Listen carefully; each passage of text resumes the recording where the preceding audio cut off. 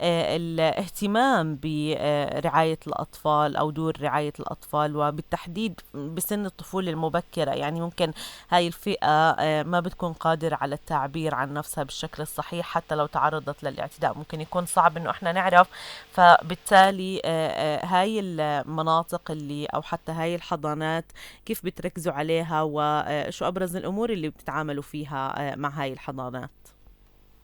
اوكي، هلا هاي المرحلة زي ما انت قلتي هي مرحلة مهمة، مرحلة الطفولة المبكرة مرحلة مهمة وحساسة جدا للطفل.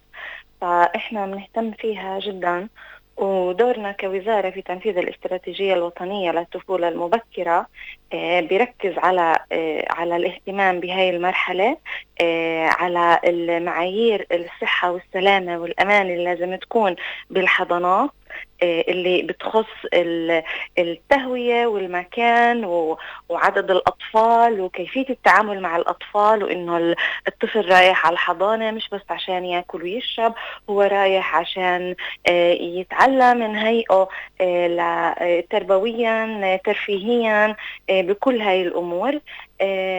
فإحنا بنركز على هاي المرحلة لأنها مرحلة جدا مهمة، وفي دور طبعا على الأهل إنهم هم يخبرونا على أي ملاحظة آه. بتتم في داخل الحضانات عشان تساعدنا على الكشف المبكر عن أي سوء معاملة لأي طفل عشان إحنا نقدر نتعامل معه. طب غالبا يعني الحضانات اللي بتحصل فيها حوادث الاعتداء والضرب بتكون مش مرخصة من قبل وزارة التنمية الاجتماعية، واحنا بنعرف انه هاي جهة وحيدة مسؤولة بشكل قانوني عن ترخيص دور الحضانات. فبالتالي هل في اي جهد يبذل بهذا الشأن لحتى يكون في جميع دور الحضانات الموجودة تكون مرخصة؟ صحيح، في جهد ببذل. احنا يعني بنعمل توعية دايما للأهالي وللمواطنين كلهم على ضرورة تسجيل الحضانات، وإني أنا لما بدي أروح أسجل ابني في حضانة ضروري أتأكد إنه هاي الحضانة مرخصة. سواء لما أنا بدخل عليها بطلب شهادة الترخيص اللي هي أصلا مفروض تكون معلقة، أو أنا بقدر أرجع لوزارة التنمية الاجتماعية. وزارة التنمية الاجتماعية تعطيني تفاصيل كاملة عن هاي الحضانة. نعم. وبالنسبة للحضانات البيتية، هلا احنا يعني ما قلنا نسيطر عليها، بس ان شاء الله انه بالتعديلات الجديدة عنا على اللائحة رح يكون لنا سيطر عليها. بس احنا حاليا بنراهن على وعي الاهالي انه ضروري ضروري يكونوا اولادكم بحضانات مرخصة تحت مراقبة وزارة التنمية الاجتماعية عشان صحة وسلامة وامان اطفالكم. أها. طيب أستاذة ديما، يعني تم الإعلان عن إغلاق 3 دور حضانة بمنطقة كفر عقب. شو الأسباب اللي أدت لإغلاقها، وكيف تمت المتابعة للوصول لهذا القرار؟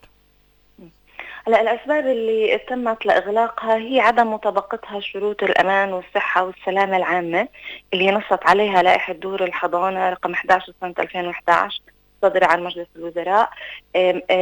وتم فيها كمان اعتداء. ففي اشي منهم كان فيها مخالفة للشروط، وفي كان في اعتداء للضرب حسب ما شفتوا قبل شهر تقريبا صحيح. بالحضانة اللي كانت في كفر عقب.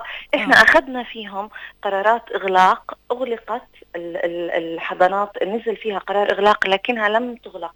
عشان هيك إحنا رحنا للبيان الصحفي، وإحنا المنطقة اللي تم فيها هذا الحكي كفر عقب، وإنتم بتعرفوا حساسية الوضع في كفر عقب، صحيح. وعدم السيطرة على هذيك المنطقة، وفي احتلال بسبب وجود الاحتلال، وفي عراقيل كتير بسبب وجود الاحتلال. هلا احنا رقابتنا هناك مستمرة، بس احنا لخصوصية هذا الوضع نزلنا هذا البيان عشان نوعي الأهالي، لأنه في أهالي ما بتعرف إنها أغلقت آه. هاي طيب بهذا الحضانة. البيان ذكرت أسماء 3 حضانات. هل هي يعني خطوة دائما تعملوها، أم إنه للتأكيد على إغلاق هاي الحضانات، ولحتى ما يعني الأهالي يضطروا إنهم يسجلوا أبنائهم فيها، أو يعني اه يضلوا صح، أبنائهم فيها؟ صحيح. احنا لا بالعادة ما بنعمل هاي الخطوة، بس بحكي لك انا لمصلحة ابنائنا والاهالي والمواطنين في منطقة كفر عقب عشان صعوبة التعامل مع هاي المنطقة عملنا هيك، لانه كتير اهالي لسه بتودي عليها ومش عارفة شو اللي صاير. آه. فعشان مصلحة ابنائنا. أها. طيب عدم مطابقة شروط الأمان والسلامة العامة، إيش أبرز هاي الشروط اللي يفترض الأم لما تدخل على هاي الحضانة تشوفها متوفرة وموجودة، يعني عدا عن إنها تكون مرخصة من وزارة التنمية؟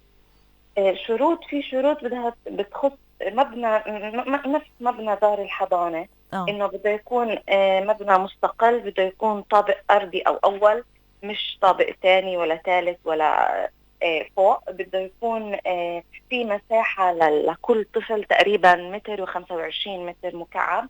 آه. بده يكون في مخرج طوارئ. بدها تكون مبنى صحي، فيش فيه رطوبة، فيش فيه. بده يكون في مطبخ صحي. كيفية حفظ الطعام بدها تكون صحية.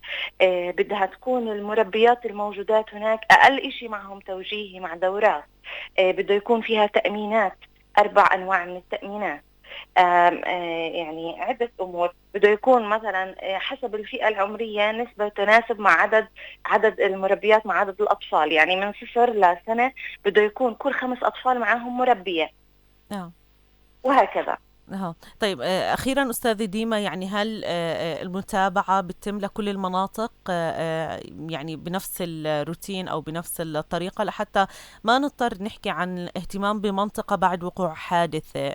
بتم هاي المتابعة بتتم سنويا أو شهريا، أو كيف بتتم في بقية المناطق؟ صحيح، احنا بنتابع شهريا واسبوعيا مرات، اه. حسب الامكانيه في كل المناطق في كل محافظات الوطن.